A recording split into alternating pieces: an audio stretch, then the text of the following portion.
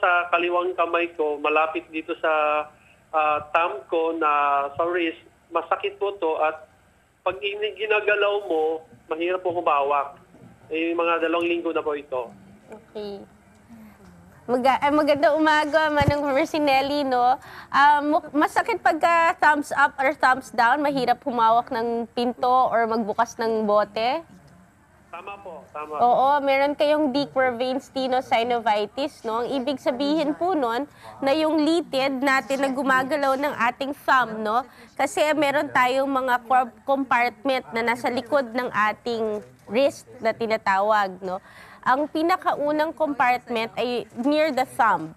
At ang thumb natin, ay gumagalaw dito yung mga litid, tinatawag nating abductor pollicis longus at extensor pollicis brevis. Dumadaan siya under the tunnel, so every time you move your thumb, it glides under that. So nagkaka-friction, nagkakaroon ng inflammation, kaya masakit pagka ginagalaw.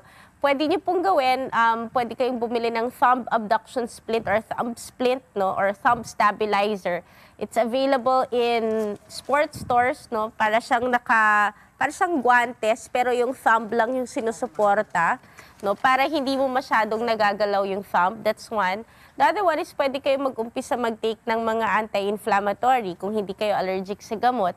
Bigyan niyo ng 1 linggo na tuloy-tuloy kayong umiinom ng gamot together with the wrist splint, no? At saka maganda ipahinga ninyo yung inyong kamay.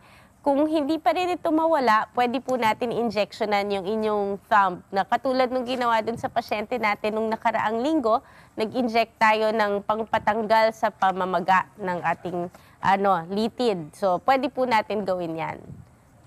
Salamat, Doc. Salamat. Okay, maraming salamat Okay. sa'yo, Kuya Versanelli. Salamat po.